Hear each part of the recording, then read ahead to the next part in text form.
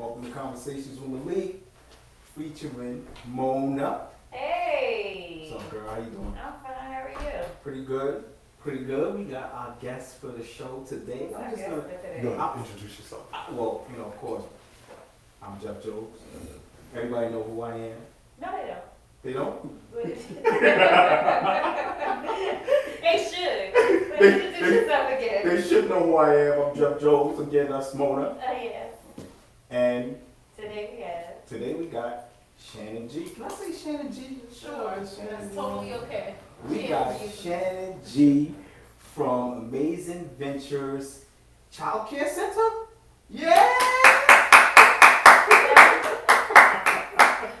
How you doing? I'm good. Thanks for coming on the show. Thank you for having me. I mean, I feel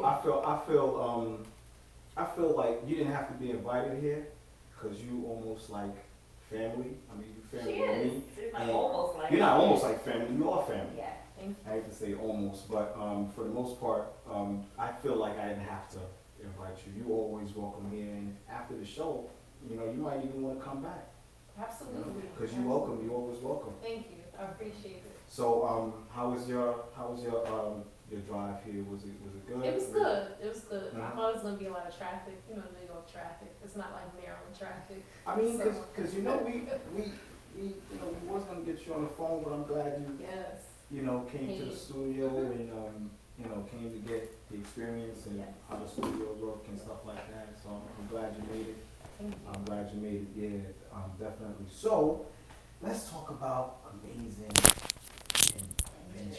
Yes. I mean, can I put childcare at the end, or can I? So I do business as officially, I do business as Amazing Adventures. Okay. So it's Amazing Adventures Child Care LLC, just for business purposes. Mm-hmm. But Amazing Adventures is the business name. What Hey, inspired look, everybody, Malik made a little into I know, right? entrance. What inspired you to come up with the name? I mean, like.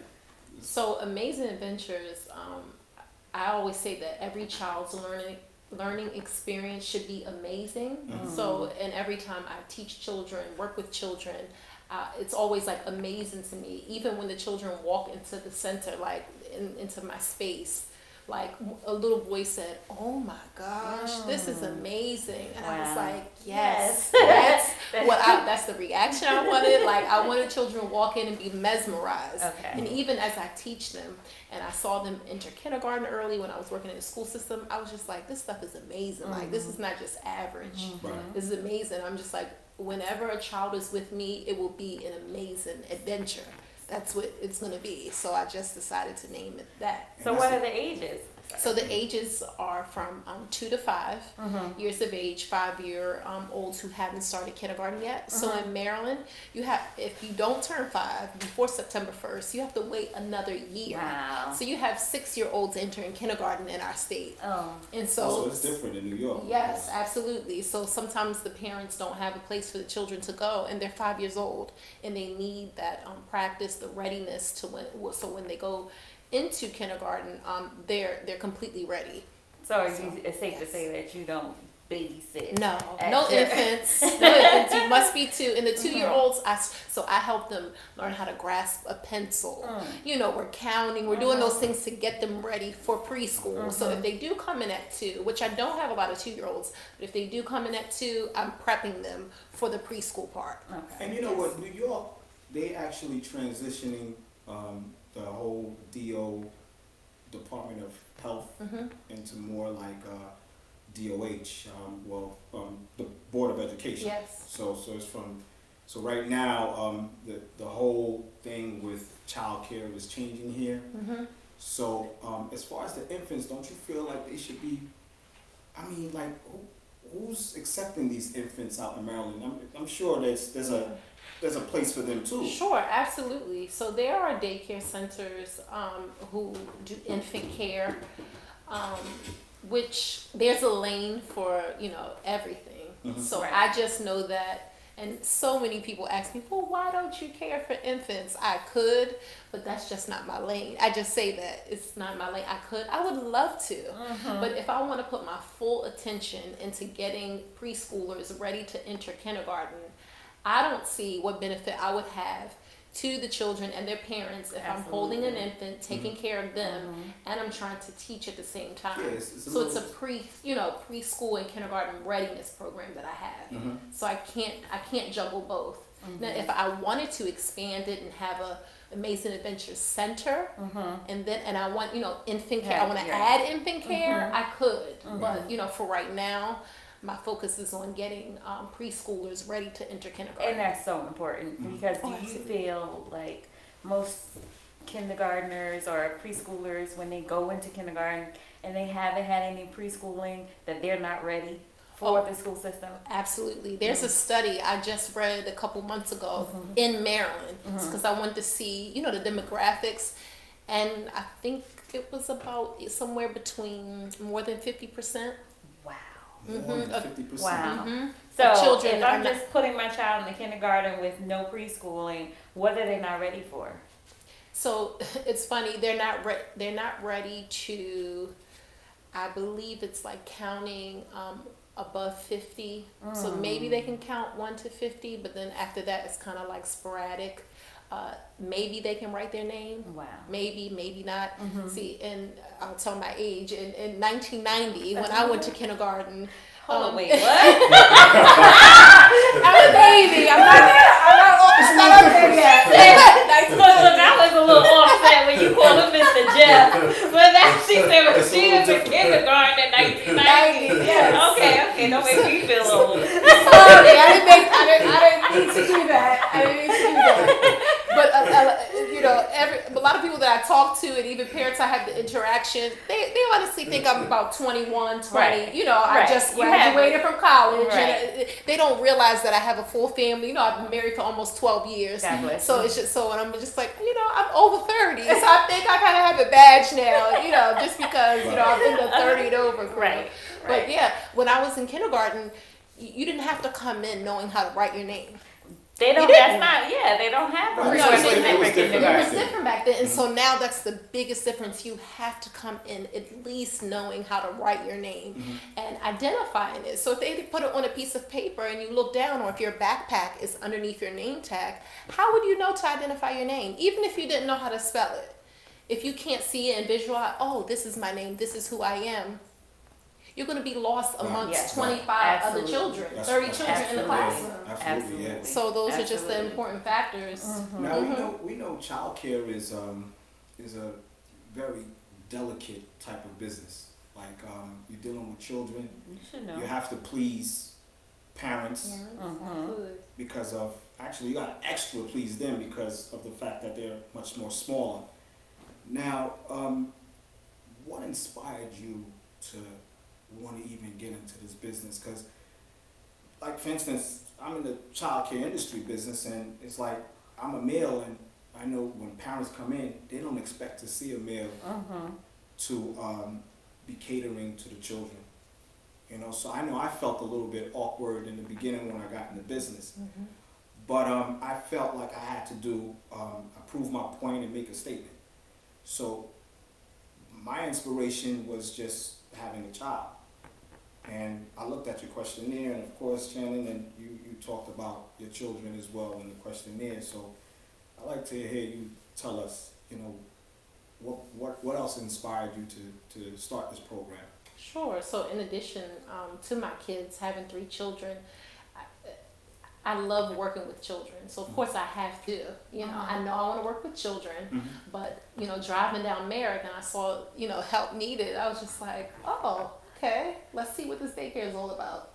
And it started, it started way before there, but seeing that and starting, my new life in New York and working in a daycare center. And when I left, I was working at a child care center in Long Island. It's just always been a part of me. It's something that I don't do because, I need to make money on trying to make a living. And people say it all the time. It might sound cliche, but whether I get paid or not, I would still do it. Yeah. And I've done it, not getting paid. It is, yeah. I've done it's it. one of those businesses that you have to love it. When you're for the kids, it's like you always feel like you're working with kids and you're not being paid. And when it's all in you, it's a new part of your heart, you feel like it's okay. It's okay. I like to just do it for the experience. You know, Yep. so that's a real good thing. That's a very good. I also looked at your questionnaire too, like you know you face some hard points, you know, of finding your calling and life and in general. You said here, you know, finding my calling and knowing who I am. Let's talk about that. Like, was you did you feel were you facing something at the time when you started the daycare, or maybe before? The caterpillar phase. Yes, absolutely. So just that whole transition, being here in New York, knowing what I wanted to do. Jeff knows, you know, I'd ask him, please talk to me, go through everything from step one all the way to how you got here, because I know I'm going to do it. So have you ever tried to do something and every time you try to do it, it didn't work? That's how it was. Yeah. I thought I was going to have like a little center. I said, maybe I'll start something in my home. You know, I can do it like that. I saw a daycare across the street and I said, okay, maybe I'll start. Let me ask Jeff, you know, what should I do? And every time I tried to start, nope, this didn't work, that didn't work. Right. It wasn't the right time. I couldn't get the paperwork. It just seemed, everything seemed like a hot tail mess. You know, to be honest, it was just a mess. Right. Nothing was working. And so that's where I said, you know, what am I supposed to do? I had to ask that question. I'm like, God, what do you have for me to do? What's my purpose? I love working with children. I've worked with people. I love talking with people and just encouraging them. Jeff knows, you know, encouraging, you know, give you a scripture and just, you know, to keep your faith. Yeah, faith is important. And one thing about you is I already saw it in you. I remember we used to come to the center. I mean, I feel so honored having all your babies at the center. Yes, yep. You know, at the Tots lot. I feel honored that, you know, I've been part of your life and we've known each other for a long time. And, you know, I think that almost made me want to tear, just being part of your life in that capacity, because, you know, you trust me with your children. You trust that I did the right thing. You trust that I hired the right teachers. And just to see you able to post your center on Instagram and social media, and to see how it's flourishing so well and all these kids in your center, it makes me feel like, you know, I've been there, you know, to be able to help you and walk this path. And I see you display a lot of stuff online, you know, with your mom, because your mom is also in the business as well. Yes, she Okay, is. good. And she's right down the block from She's you. right down the street. Not even a 5-minute walk. Nice. He's around the corner. So you guys inspire each other. Yes, definitely. We inspire each other. She started in 2011. She ventured off to be an entrepreneur, and she never looked back. And so I'm just like, if my mother can do it, I can do it. But see, at that time I was in New York, so I'm just like, I could see her doing it, but I'm just like, can I do the same thing here? And then when I tried doing it, wasn't working. I was like, what's going on here? You know what I mean? What do you think was your aha moment as far as when you were trying to? Probably when we finally moved. When the Okay. move happened. When the move happened. Okay. Yes, I knew we you were was trying to move. transitioning, because at first when we discussed it, I thought it was more you were going and aiming for more of a commercial space. And I remember we had conversations where I told you starting it in a home would be, you know, it would be a lot much better. And I wish I actually started in a home first, because of all the requirements that's involved with having a commercial space. Now, what got you to, was it always the plan to do it in the house? It wasn't always the plan to do it in the house. The first, you know, I did because I saw yours. You know, I was Okay. at Burger King and I saw the sign that said, you know, Tots Lot Preschool coming soon. And I'm just like, ooh, because I like the fact that, you know, it wasn't established yet. It was something new. And I had a 2-year-old. She was almost 2. And I said, I wanted her to be somewhere that, you know, it hasn't established yet. So it's something new about it. I don't know who's there, but I'm excited to meet. And then when I walked in and saw you and your wife, I was just like, and like you said, I was like a male. Like you said earlier, I was like, but you were so, there was like a peace about you. Like, it's okay. Like, you know what I mean? It's okay that your child is good. And you were very welcoming, you know. It was difficult for me. I was facing some jitters around that time, because I felt like I had to deal with parents, and you know, I always wanted to make sure that I knew everything to be able to make sure that the parents was welcome and the children was welcome and stuff. But I also faced some tough times too, because I had a parent that didn't feel comfortable with a male being present You know, as much as I told her that, you know, I'm not the teachers, I'm just more of a management Facilitator, yeah. you know, facilitator. She used to walk in all the time, and I used to sweep, and sometimes she'd see gloves in my hand, and even that wasn't enough for her to make her feel welcome. There was snow outside. I remember one time she was stuck in the parking lot, and there was snow outside, and I helped her come out the snow because I guess she was kind of skidding and she couldn't leave. And I remember the time she came and she said that she's gonna she wanted to pull the child out the program, and I already knew why she made that decision. It could have been more personal reflection Right. than for you.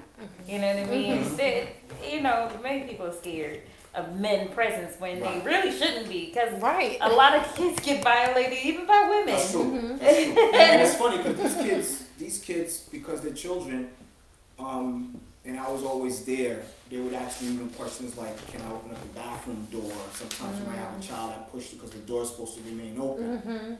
And I always felt like very uncomfortable of opening the bathroom. So I asked one of the teachers, can you open up the bathroom door? And I would literally tell the child that next time you ask one of the teachers to open up the door. Right.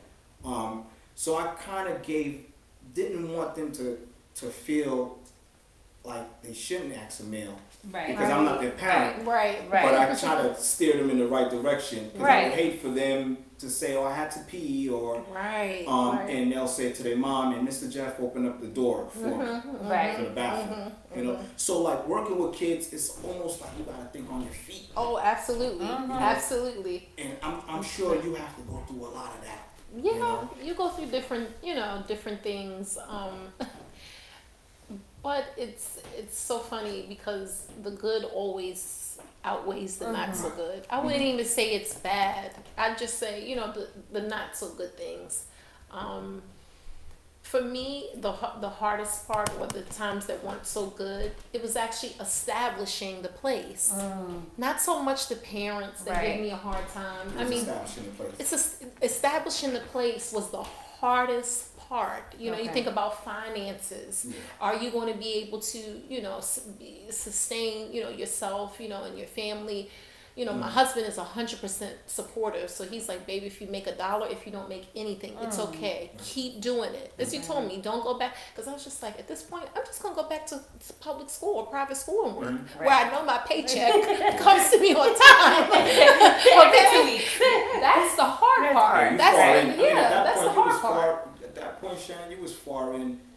You started this thing from scratch, and I felt the same way too, because I came straight out the music industry, and I remember when I decided to call the music industry quits. When I opened Tots Line Up, I was offered a big position, at Atlantic Records at the time. And it's funny that Judith ended up working for Warner Music, which is Atlantic. So like sometimes things happen because it's meant to happen. And like you said in your questionnaire here, you talked about faith and trusting in God 100%, using the power of the word and stuff like that. You see, that was already embedded in you. That's what allowed this business to flourish. Like I going back to when you used to invite me to the church and stuff like that. You used to tell me, this week you should come. You have to come this week. You never really put any pressure, but you knew what she was telling me was the right thing, because she used to always come in mode. She was like, and for some apparent reason, working in childcare, you get so tired, during the weekends, and you want to spend time at home with the kids and stuff, and you don't make time for what's in some things that of course the word, and what you was just trying to tell me is, come hear the word, and once you hear it, you're going to be able to spread it, and that's exactly what you did. And one day, I made my way, and I went to the church, and I was like, wow, this is an amazing church, because it's not just an ordinary Catholic church where, there's singing involved, everybody's greeting you, and I knew you was going to make it, Shannon, because you always had that faith, and that's one of the biggest things with anybody in life, not just running a business, it's just having faith in God and believing, and spending that time to pray and understanding what's right, because sometimes when you get tossed a curve, and a lot of times, you know, the man upstairs is just testing you, you know, to see how you're going to react. And if you allow the devil to make you react angry and make this thing change your life, then, you know, you can never be able to weather the storm. So, you know, I'm not surprised that you've gotten this far. Not surprised at all. So what made it Baltimore? Oh, wait, no, sorry, Maryland. Sorry, because it's to the well, okay. Maryland. What made Maryland the move for the aha moment? Like, what made that possible instead of New York? So we had thought about, you know, staying in New York. I actually love Laurelton. Love the neighborhood that I lived in. It's so quiet, nice. And we thought about, you know, Long Island, somewhere close, you know, close to Laurelton. But I always wanted to move back to Maryland because after being here for 10 years, it was like the hustle and bustle got real crazy. Yeah. Like once we had our children and then we had 3, you know, especially, you know, I had our oldest daughter and then we had a son. And then again, I was like, oh, here we go again. And, you know, now it's getting a little crazy because you think, and our daughter was in private school. Right. So I'm just like, okay, and then here comes the son. So everybody's going to go to private school in New York. The price, just everything was just the hustle, bustle, craziness. I was just like, you know, both of us, my husband and I, we were like, I think the best move is Maryland because he previously visited there every time we went to go to a family function. He was already, you know, he was just like, okay, I like Maryland. It's a little bit slower than New York, but I like it. I was like, it's close to also it's close. To 3.5 hours because we're right outside of Baltimore, so we're right there. So he was like, we can go back and forth easy, and he was like, I like it because he said that we would like to raise the children, you know, there. He was like, you know, this is the place that we should raise them for the rest, you know, of their life, not so much New York. It was good for them to have their start in New York. They were born here. They had a few years here. Of course, Jada, she was here up until 2nd grade. When we moved to Maryland, she was in 3rd grade. So she was really, you know, a New Yorker, I would say. So you weren't nervous when you decided to uproot? No, not nervous at all. Because at home, Glen Burnie, Maryland is home. You know, it's just, they call it the DMV, DC, Maryland, and Virginia. Right. It's like a big circle. And, you know, going back to Glen Burnie or going to Glen Burnie was like going home. But now as an adult, I'm not a kid anymore. I have children, I have family. And now if I have, you know, a preschool, and of course, my bishop shared that with me. He said it's like you're like a plant. You know, you've been watered here. You know, you've grown, leaves are growing out, and now it's time to, you know, take you up out the plant and plant you, you know, in Maryland. But, you know, the plant is grown now. You're not a bud trying to go to Maryland and start something. You grow, so you have all this knowledge, all these things that you've learned, all the experience I had, and I got my, you know, certificate here for teaching. All the stuff that I learned, the background, I had it. And your mom was there also. So, yes, my mom was there also, and then she, you know, she said she's moving to the same neighborhood, and I was just like, she moved us around the same time. So my mom, it's funny, when we started building, my mom got into her house before us. Oh, and I was just like, wait a minute. This is brand new construction. Yeah, it was brand new construction. We just saw land. We didn't need it was a couple homes up, and my mom saw it, and she was like, oh, I'm moving down the street. And she moved in December, and we came in February. And she transitioned as well with her daycare business. She had it in her home in another part of Maryland. Right. So she came down, took a little break, and then she opened up again, and she structured hers.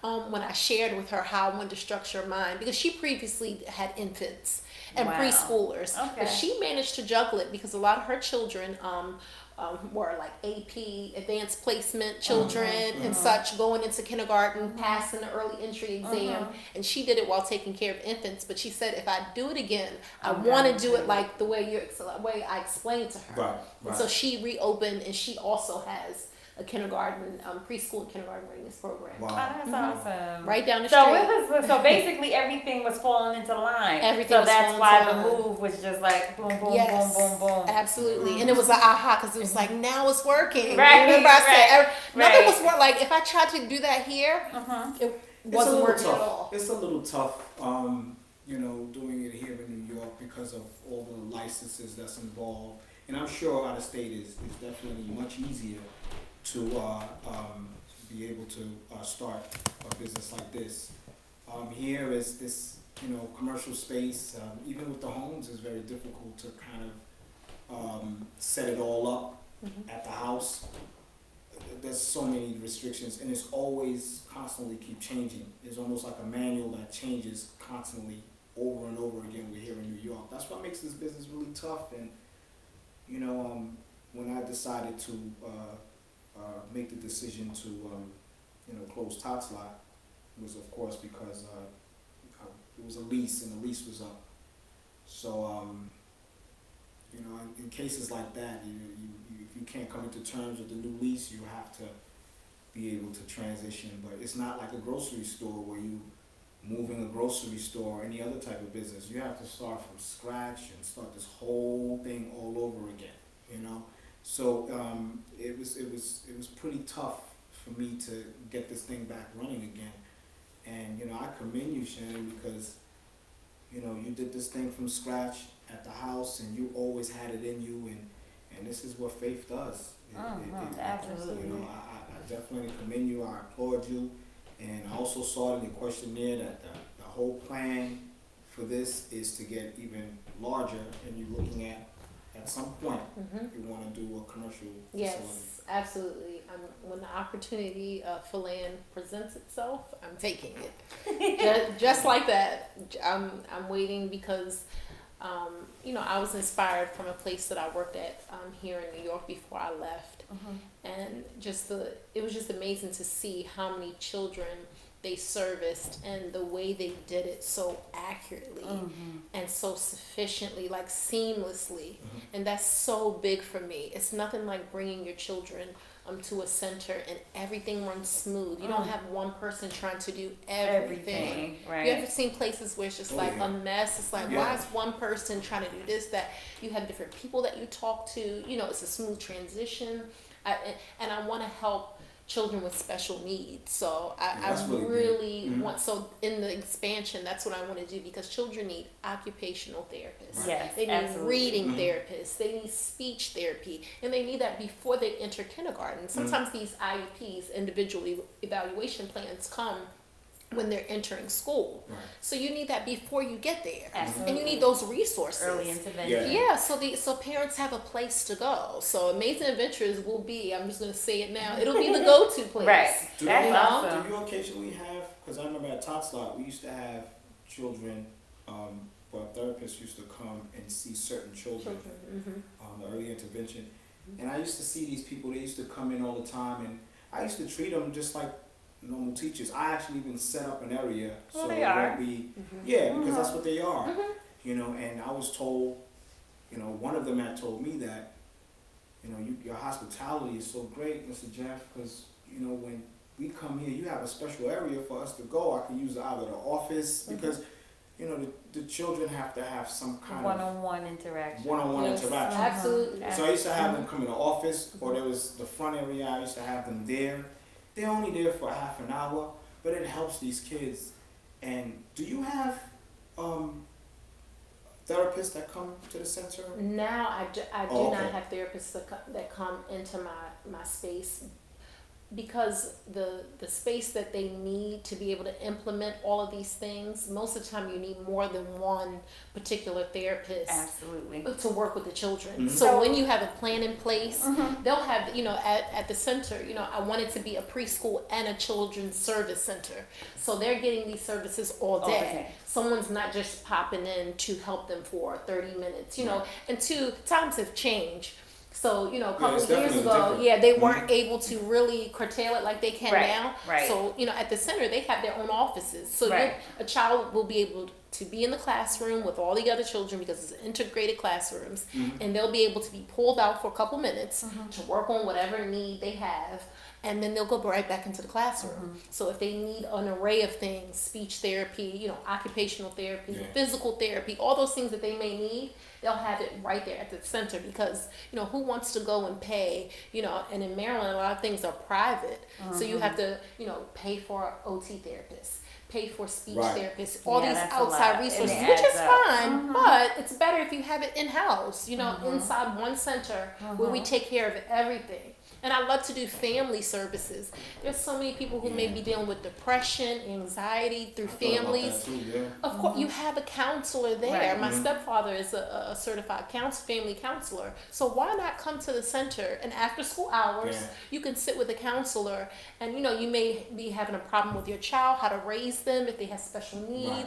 You may be confused about, and they need a place to go. Yeah. So you know, Amazing Adventures will be that place. That's great because Yeah. you know, you see, you being creative with this and you having fun with it. You know And what I that's wanted just to how I know? was. I want her to take me as a 3-year-old walking into her school. And then I say, wow, this is amazing. Right. What am I seeing? So you're seeing, first of all, bright everything. So the decor and everything on the wall, Nice. which is, you know, what I love. I can't stand basic, like just basic white and brown colors. So that's 1st. That's what's going to capture your attention. And I'm holding your hand. I'm not towering over you. I'm on your level. So look, you know, look at the wall, look at the colors. So you're seeing pictures, you're seeing colors, you're seeing colorful tables Right. that you can sit at and do an activity, because I have that on the tables already. Things aren't tucked away, so you don't know what's happening. Okay. You immediately, so you may not even be beside me before a few seconds, because you're gonna run to the table and start getting into whatever activity I have out, That's whether it be beautiful. Play-Doh, you know, puzzles. So you automatically, when you hit the door, you'll probably run to an activity. Everything is at your reach, and it's a peaceful environment where you'll just be at ease as a child. Children need to feel, you know, Oh, yeah. loved above Yeah. all else. You know, yes, I teach. Yes, you know, I'm helping, you know, to get you to kindergarten, but you know, just being patient with you and being kind and just serving you. You know, as if your parents would, you know, if your own mother and father would. That's what I'm doing. I treat the children just like they were my own. Right. And what's the hardest part, Shannon, you think you've faced in this business? Because I mean, I can name maybe 1 or 2 that I faced. I mean, you know, with any business, we have to face certain obstacles. Like, what is the hardest part you feel that you faced since you've been doing this? Probably having the children in my place for a long period of time, like getting them in, and then once they're there, keeping them, because so many people are doing so many different things. So they're with you, and then they have to leave. So I'll have a child for a month, and they've learned to write their name. They've learned to spell, and we were just about to go on to something else, like their last name, and then they're gone. That's exactly what I And faced. I don't see them anymore. That's I don't see exactly them anymore. I faced. The hardest part for me was finding The that a child attachment. had to leave because the Right. parent had some kind of hardship. Something.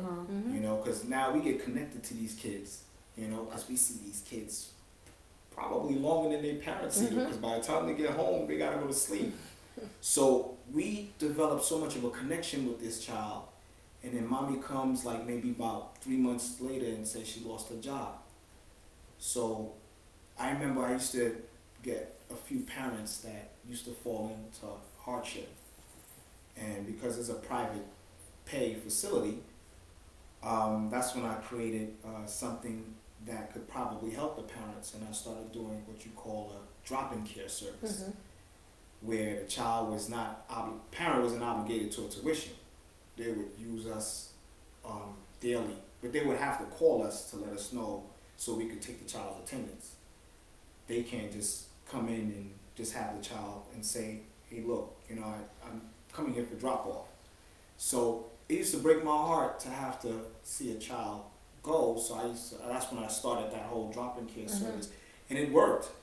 To a point where there were parents that just wanted the child to be there for drop-off. But the hardest part too, because it's a gift and a curse, because it's like the child can't be part of everything. Right. Like there's graduations, the Yeah. child can't be part of that. Right. So I had a parent that I helped out, and when it was time for graduation, she was upset at me because the child couldn't be part of the graduation, but he's not part of the program.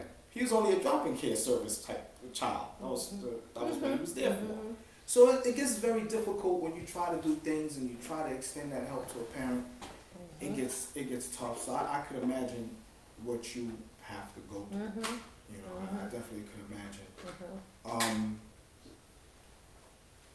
I mean, at this point, what's next for Shannon? What's next for Amazing Adventures? What's next for that? So just as I was explaining to you guys before, the service center on land, you know, apart from our home is what's next. Okay. So I enjoy that, and of course I tutor in the evenings. So I reach out to parents who may not be able to bring their child, you know, for whatever reason, to Amazing Adventures. But I also have a tutoring service, and I branch off into kindergarten. So if they're already in kindergarten and they need that help, no problem. Absolutely. I'll take Do you I'll do take care of them. after school service? So it's not really like an after school service. It's like an hour, usually sometime after 6 p.m. that I'll just do an hour with them, and I'll see their homework, see what they're struggling in, and I'll see, okay, where do we need to go? I can imagine it's a little difficult doing an after school service in your home because I have my own children. Yes. Right. And so that's another I can reason. imagine that. I Yeah. didn't think about that too. You Yeah. know, it's a home setting, so Yes. group family. So after school service, you got your own kids. I So have my own children, and that's another. Dinner I hasn't guess I been would say- started yet. Yes, it would probably be another hard thing that's kind of difficult when you're trying to have your own family in their schedule, and then you want to juggle. But see, I made my hours a certain way because of that. So you know, I was 9 to 3 p.m. That's it. No before care, no after care. Not just because I feel like it. Right. I have 3 children Right. who You got have your own science kids. projects. I have a middle schooler. You know, I have to do, you know, reports and, you know, field trips and all of these type of things. So I can't do after school and before school. It just doesn't make sense. that's the thing, Lord. Like when we for the kids and we run this type of business, we just feel like we just want to do whatever it takes to help a parent. And I'm sure that's just how you feel. I'm sure you've gotten parents that came to you for before school, for after school. You had somebody that referred someone to you, not even knowing that, or probably even knowing that you don't service the after school or before school. They just went ahead and just referred the parent to you, just for you to have to explain to the parent this is not what you do. And then you see that parent that needs the help because she has to get to work at a certain time. She needs to drop the baby off. I could just imagine. But I think that's what helps define her difference with, like, this is not a daycare service. Right. This is a school service. And Absolutely. you drop your child to school from 8 to 3. That's it. That's it. And that's what her hours are. She's a school. If you need that after school service, you're gonna have to find another center. Right. And I have gone over even this year now. I ran a 6-week summer program, summer camp, which was really awesome. And I extended my hours because now my children are home. I don't have to go get them from school. So here we are now. I'm venturing out to do that. Hey guys, 7 to 5, I'm open. And so it wasn't a huge, feedback where everyone was coming 7 to 5. But I had a few parents, and that was okay. And I was surprised too. I said, okay, well, hey, I know what, I needed during the school year. Here's the summer camp. I offered it. It was a pleasure. It didn't bother me at all. I opened the service, and I said, you know what? I'm going to keep an open mind in September. Now I can probably bring in hire someone in my family because we all like to teach. It's crazy. But, I love to bring in someone who might be able to service children, who are coming in before 9 o'clock and after 3. And so I can still, tend to my children, and then I have employees, or an employee who's going to help, do that extra help. So Speaking of employees, how many employees? it's just me. It's just Yeah, you? I got that when she said that. It's just so she hasn't had that luxury yet. Well, it's gonna It's just grow. me. It's definitely gonna grow, and I know, and I'm rooting for you, Shannon.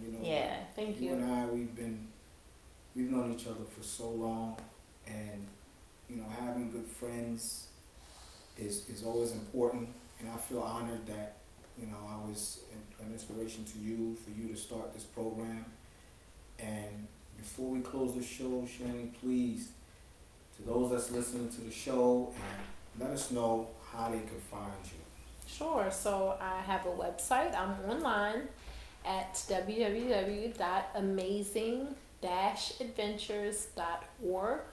And I'm also on Instagram. So as you said earlier, where I show pretty much everything that I do. I show pretty much everything. I don't know what I have done that I haven't shown on Instagram. Okay. So people can see, you know, what I'm doing. Yeah. There's, you know, my coach said it doesn't matter if there's no footage. It never happened if there's no footage behind it.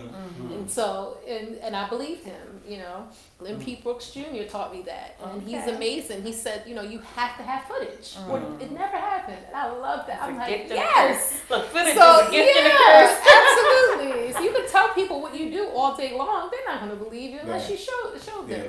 So I'm on Instagram at amazing.pre-K adventures. And that's where you can find me at. And Facebook, of course, at Amazing Adventures Childcare. Nice. And that's where I am. Nice. Awesome. You know, Shannon, it was great having you. Thanks for coming on the show. Thank we you. appreciate it. And like Malik always usually say before we close the show, we always end off by saying this: we love you, and there's nothing you can do about it. Peace. He usually say that. Nice. Oh, boy, we had Shannon in the house.